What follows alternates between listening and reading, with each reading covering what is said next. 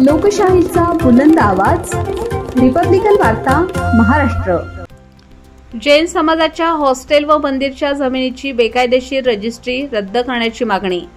फुलंब्री तहसीलदार यांना जैन समाज बांधवांनी दिले निवेदन। बातमी फुलंब्री येथून।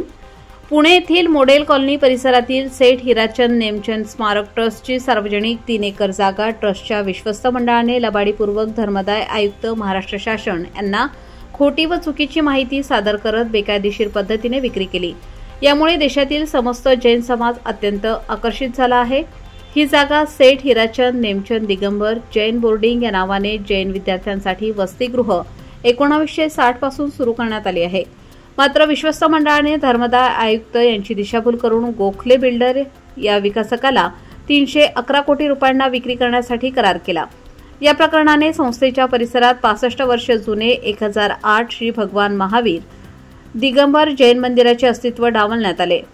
तसेच विश्वस्तांनी विविध बँकेकडून या जमिनीवर कोटी रुपये कर्ज वसूलून मिळकत गहाण ठेवली आहे।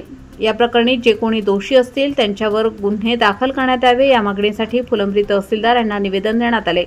यावेळी जैन समाजाचे राजेंद्र साहूजी, हिरालाल पाटणी, राजेंद्र पाटणी, निखिल पाटणी, सुगंध सागर काळे, निलेश पहाडे, शारदाबाई पाटणी, मंगलबाई पाटणी, छाया पाटणी, मित्तल पाटणी, अभिजित पाटणी, अभिषेक धुमाळ, तेजस पाटणी, नीरज पाटणी, जयेश मनोरकर, युगल पाटणी, सपना अग्रवाल, तेजस साहूजी यांच्यासह इतर समाज बांधव उपस्थित होते।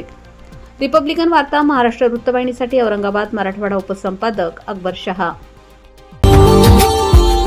Subscribe now and press the bell icon. Never miss an update.